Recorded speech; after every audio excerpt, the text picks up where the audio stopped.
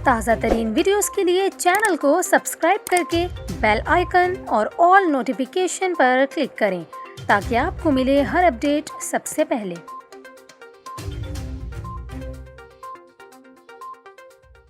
और अभी आपको कराची से खबर दें, जहां मुख्तलिफ इलाकों में तेज़ बारिश का सिलसिला एक मरतबा फिर शुरू हो गया है। महकमा मौसमियात के मुताबिक शहर में कल और परसों भी गरज चमक के साथ बारिश का इम्कान है।